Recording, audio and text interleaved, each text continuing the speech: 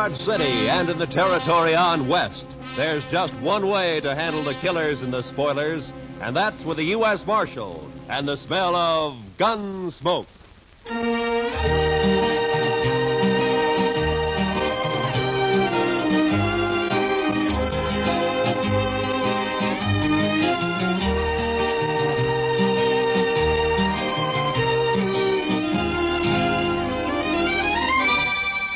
Gunsmoke, starring William Conrad.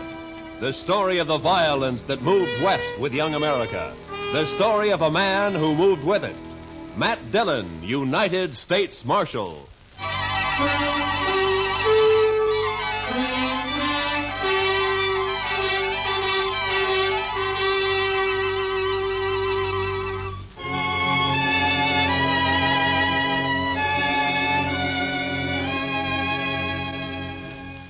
It was the dust. The heat was bad enough in Dodge City, but out on the plain, it was the dust. The sun was a burning red-brown chip in the sky, and the sweat on a man never had a chance to drop. It was blotted and dried with dust. Doc, Chester, and I had ridden to old man Gore's place 10 miles out. He'd had some trouble with one of the hands. The fellow had gone loco with liquor and had been shooting up the cattle. We found him, stripped naked nearby on his haunches, crying, drunk over a parched water hole. Doc had got him to bed and fixed him up some. And now we were heading back for Dodge. Darn horse. Seems he's just bound to stomp all the dust in Kansas in my eyes. Maybe the marshal will buy you a camel, Chester. This keeps up, we'll all buy camels. I remember the time back in Waco when I was just Doc, a small... Chester, boy. You see something ahead on the side of the trail there? Yeah, maybe. It looks like some poor calf strayed off and dropped. I don't think so. It looks like a man. Come on.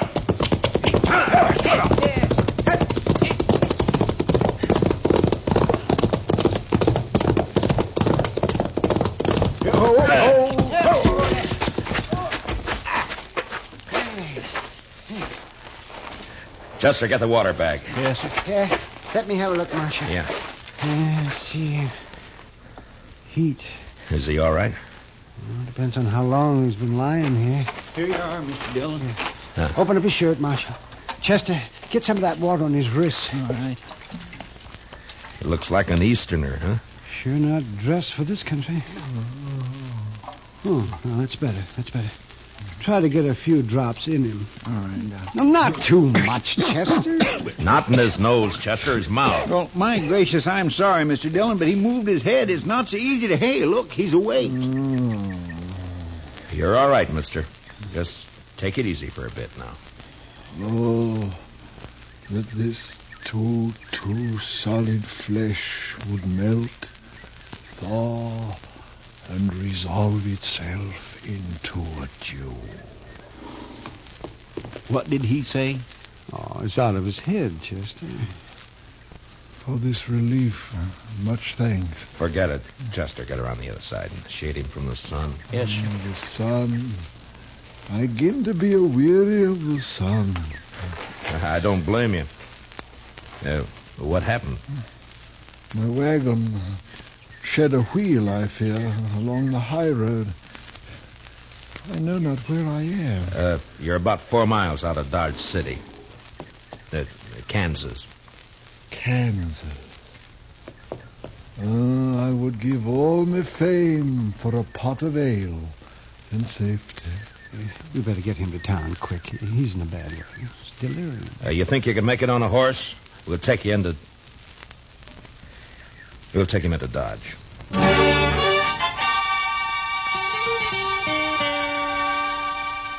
And he passed out again. We tied him across Doc's horse. Doc and I doubled up, and Chester rode behind. The stranger was a tall, skinny man with a face like a friendly mule. Big hands and thin wrists stretched out from his sleeves. He had no papers on him, nothing. And until he woke up, we wouldn't even know his name. Doc settled him down in the back of his place, and he was still asleep when Chester and I rode out to where we figured he'd left his wagon. Wasn't hard to see when we found it. What color wagon would you call that, Mr. Dillon? Puce, Chester. Puce. I guess so. Seems to be some writing on the side there. Yeah. Oh, Irving Henry, thespian supreme, disciple of the immortal bard. I should have known he was a religious man.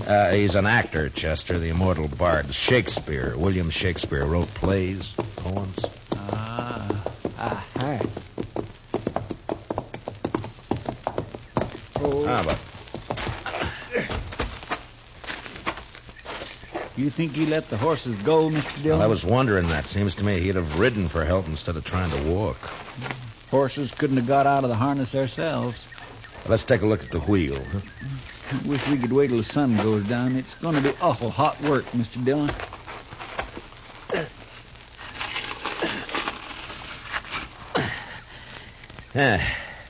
It's not too bad. The pin fell out. Must be another in the box at the back. Take a look, will you, Chester? Yes, sir. I'll prop the wheel up here. Now. Mr. Dillon? Yeah, can't you find it? Will you come here a minute? What's the matter?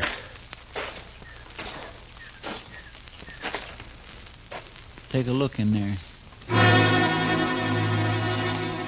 It took a second or two to get used to the darkness inside the wagon. And then I saw the hand sticking out from behind the trunk. You didn't have to be the doc to know that it was a dead hand. The body was of a man about 40. He was dirty. And in a greasy, torn waistcoat, I found a pocketbook with his name. Sam Matchett. And that was all. Below his left shoulder and his back was a patch of dried blood. And in the middle, a bullet hole. We got the wagon wheel on, hitched up our horses, and drove into Dodge.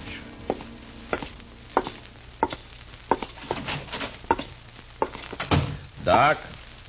Oh, that's you, Marshal. Yeah. Yeah, be right out. All right. Get that fella's wagon fixed up? Yeah, I brought it in. Is he awake? Oh, I haven't looked in the last half hour. I was making coffee. You want some? No, thanks. Oh, it's a funny thing about coffee. When it's hot weather like this, drink it scalded and it makes you feel cooler outside. Look, Doc, I got to see that fellow. I want to ask him a couple of questions. Oh, that's so? I found a dead man in the back of his wagon. You don't say. You better take a look. Chester's bringing him in the side. Oh, sure. You want to go on back? Yeah, thanks, Doc.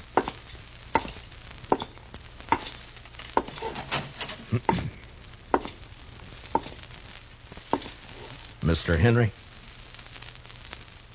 Mr. Henry, wake up. Yeah, what? Oh. Your name, Irving Henry? Oh, Irving Henry. What is this place? Now, you got to listen to me for a minute. We found your wagon. Ah? Did you let the horses go before you sat on your own? Of course. I could not let them remain to die. Well, how come you didn't take one to ride? I have a loathing of horses. I cannot bear one under my body. There is a carafe of water beside the bed. Would you be good enough, Mr. Dillon, Matt Dillon. I'm the Marshal here in Dodge City. Here you are. Oh, my thanks. Now, what were you doing with a dead man in your wagon, Mr. Henry? A dead man? A dead man shot in the back, lying in your wagon. This is very midsummer madness. I won't argue about that, but I'll thank you to answer my question. But it is impossible. It isn't true. I say it is. You lie in your throat if you say that I'm any other than an honest man. Look, mister, I didn't say you weren't honest. You're an actor. And you got a fine way of saying things, but murder's murder. I don't care how you say it. Now, I'm asking questions, and I want straight answers. Your pardon, sir.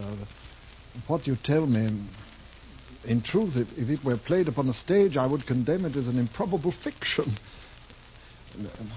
I swear to you, I know nothing of a body. Did you come through Hayes City? Yes. Do you know a man there called Sam Matchett? No. You had no trouble in Hayes City. No. What are you doing in these parts, Mr. Henry? I am touring the provinces.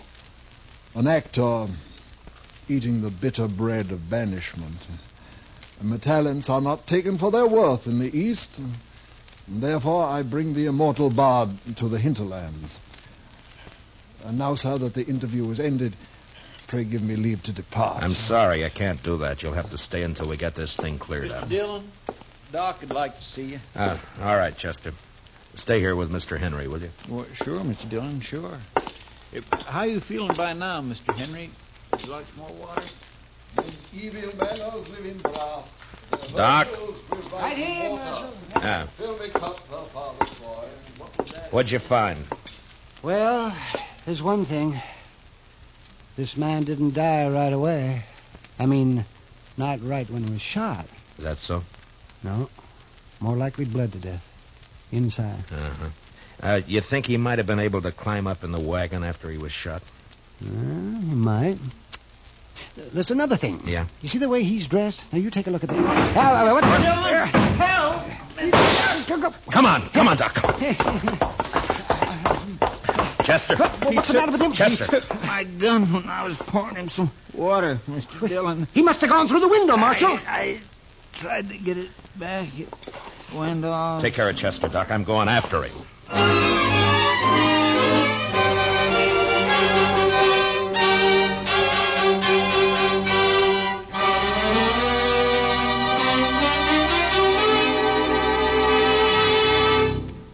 We will return for the second act of Gunsmoke in just a moment. But first, do you know how old the school building in your community is? If it's over 25 years old, the chances are that it's woefully inadequate to the present demands on it. Certainly thousands of schools all over America are unable to meet the needs of a greatly increased enrollment. And all our school children will suffer unless all of us work actively to improve conditions.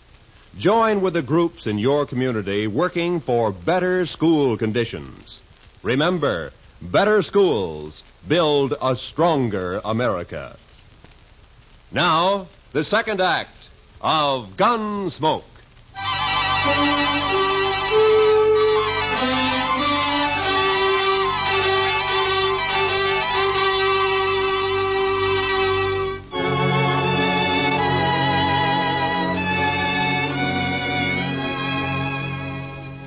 When I went out of there, I didn't know how badly Chester was hurt. There was a lot of blood on his head and over his face. It was nearly dark outside, and the street was empty. It was supper time. I could see the women through the windows getting food ready. The kids were inside, too. Sure looked peaceful. But with Henry out with a gun, well, that wasn't a good thing to have running around loose in Dodge.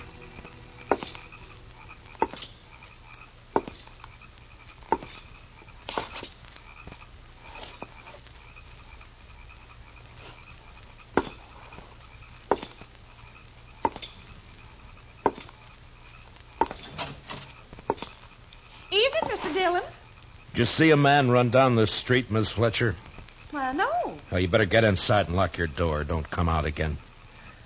There's a killer loose.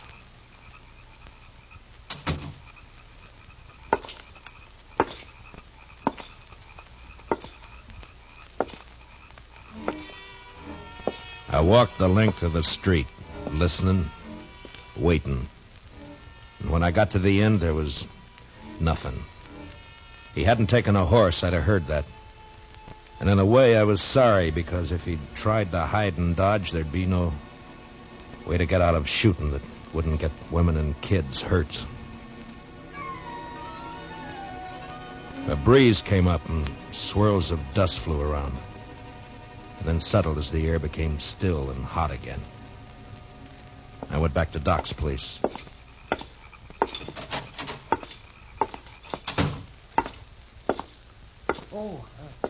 Did you find him, Marshal? No. How's Chester? Oh, I'm fine, Mr. Dillon. Just creased my head. More mess than hurt. Oh, good, Chester. Look, you want to go home or you want to work? I want to work. All right, go down to the office, get yourself another gun, and round up some men, many as you can. As long as Henry stays in town, we're in trouble. Now keep your eyes open. Meet me back here. Yes, sir, Mr. Dillon. Take my gun with you, and if you see him, watch out. All right, now get going. Yes, sir. Now, Doc, I'm going to have to make you a deputy, too. Well, maybe instead of digging out bullets, I'll be putting some in. It's not funny, Doc. Now, come on. All right, we'll start here. I'll take this side, you take the other. Get the men to go through their houses and tell them to look for their horses. Tell them what's happening. By 10 o'clock that night, as far as we could tell, Henry hadn't left town. There were plenty of places for him to hide, though. We had 50 men out searching. Chester and I were working along back of the express office. There were a couple of houses there we hadn't covered. You wouldn't think a man like that'd be a killer, now would you, Mr. Dillon? I never saw a man yet couldn't be, Chester. Depends on your reasons for killing, I guess. Now, let's take a look behind these boxes. Huh?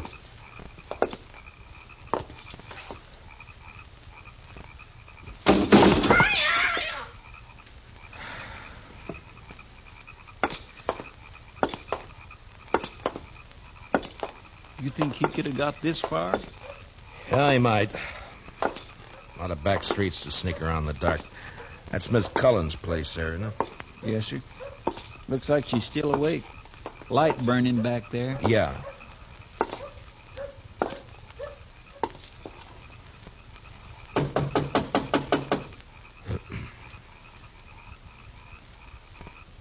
Seem a bit cooler to you tonight, Mr. Dillon? Yeah, a bit.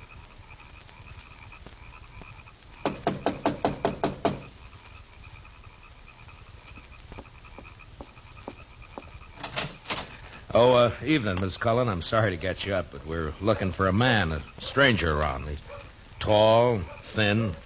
You seen anyone about tonight? No. No, I haven't. Oh? How's the kids? Oh, they're fine. Thank you, Mr. Dillon. Fine. Uh-huh. Well, you keep the place locked tight, Miss Cullen. Don't let anybody in tonight unless you know who it is. All right. Good night, Mr. Dillon. Good night, ma'am. Well, now that's strange. She didn't even say hello to me, and I know her better than you do, Mr. Dillon. Chester, round up the others. Get them over here. I don't know why she... He's in there with her. I think he's got the kids in the sleeping room. Oh. Sent her out to get rid of us. Now, I'm going to try and get in. Don't do anything when you come back. Just put the men around the house. Yes, sir.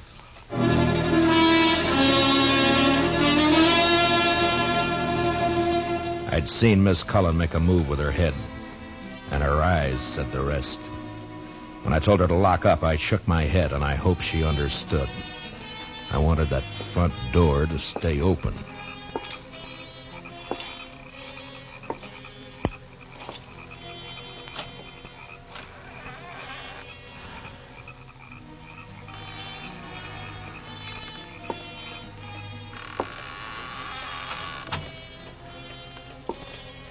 Keep my promise as soon as I can. He was in there, all right. I could hear him. I wanted him alive, but I wasn't going to risk hurt to Miss Cullen or the kids getting him. Please. I did what you asked. Don't hurt the children, please. They will never know this night. And in the morning, when they awake... What's that?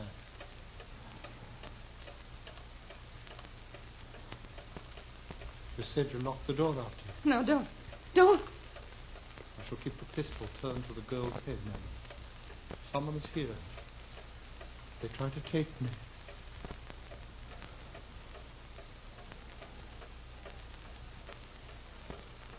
Who is it? Who?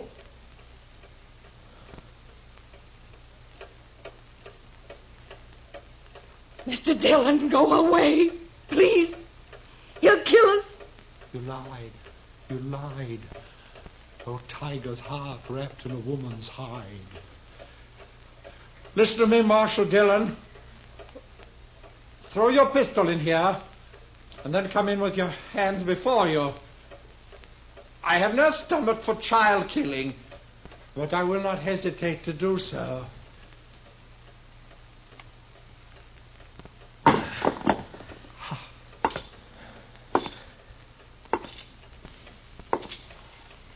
Now give me the gun, Henry. No, You won't be able to get out of this. I must. There is living to be done. You know that fancy talk isn't going to help either. Now, why don't you climb down? What happened to Matchett? Nothing happened to Match. Why'd you kill him? I didn't. In 5 minutes or less, there'll be 50 men or more around here. Now, what are you going to do? I don't know. If you didn't kill Matchett, you'll get a chance. I'll see to that. There's no use going on this way. Give me the gun. I cannot. It is my prop of salvation. No gun is salvation to anybody. Put it down. You must tell the men to go away, Marshal Dillon. I'll have to take one of these children with me for my protection. No! Shed a tear for me, madam. I have the greater need.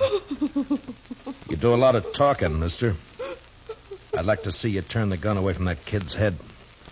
That'd take more than talk, wouldn't it, though? I have no skill with such a weapon.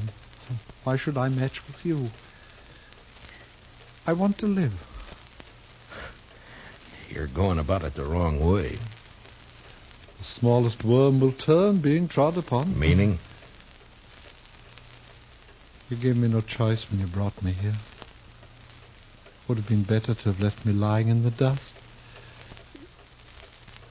You don't understand. You don't know. Well, why don't you tell me? What good would it do? It depends.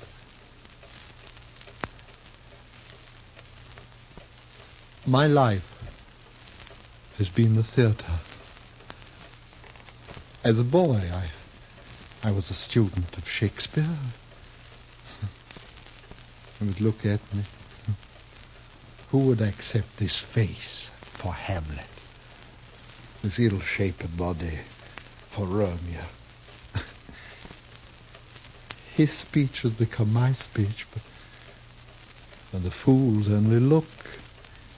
They cannot listen for laughing. There have been ugly men before you. It hasn't been cause for murder. Why'd you kill Matchett? In New York, there was a man, a gross, stupid man who fancied himself an interpreter of the bard. He took me, as his apprentice, and together we set out for the tour.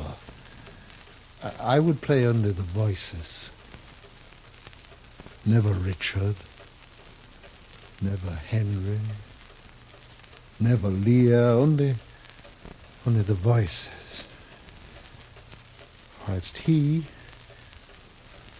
stumbling, drunken, he muddled and tore to a tatter the words that I should have spoken. You killed a man because you wanted to play a hero? How easily murder is discovered. Yeah, sometimes, I guess. It was yesterday. We were leaving Hayes City. We'd played there for 2 days, and it made me a laughing stock. It was night, and he became drunk and threatened to leave me in the next town. I made him stop the wagon, and taking up a pistol, I shot him.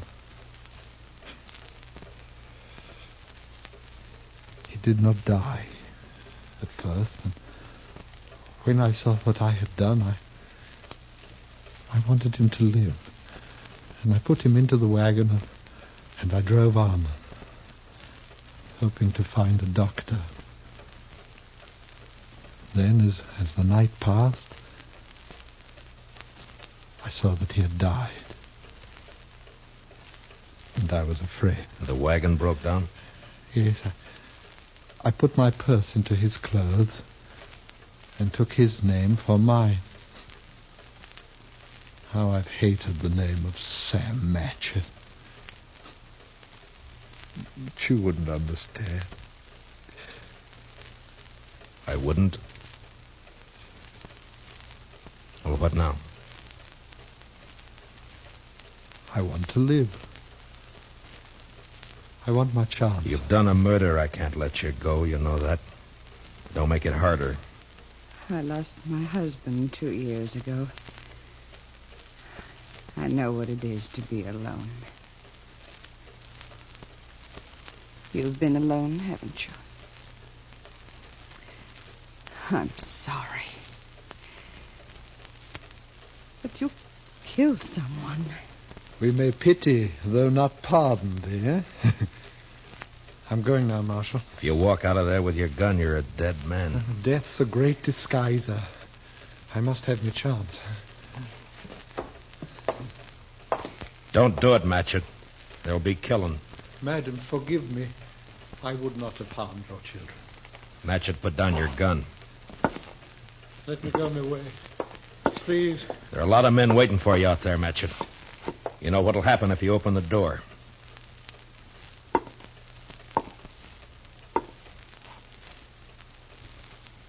Don't do it, Matchett.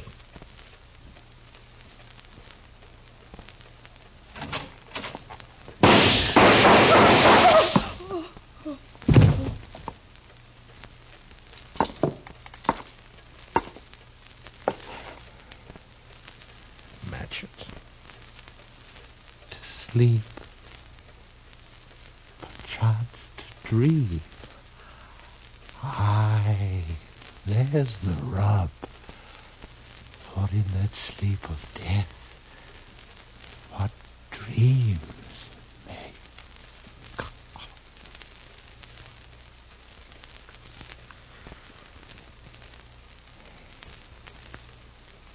Matchett.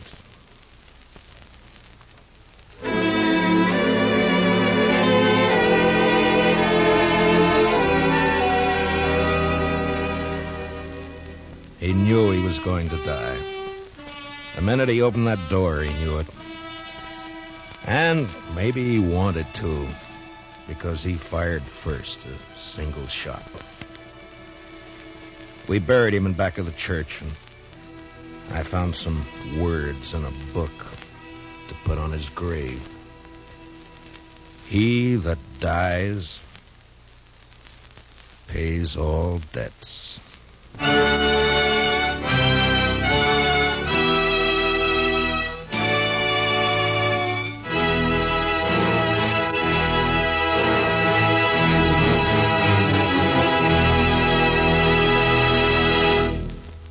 Gunsmoke, under the direction of Norman Macdonald, stars William Conrad as Matt Dillon, U.S. Marshal. Tonight's story was specially written for Gunsmoke by Anthony Ellis, with music composed and conducted by Rex Corey. Hans Conried was featured as Henry, with Mary Lansing as Mrs. Cullen. Parley Bear as Chester, and Howard McNear as Duck. Join us again next week as Matt Dillon, U.S. Marshal, fights to bring law and order out of the wild violence of the West in Gunsmoke.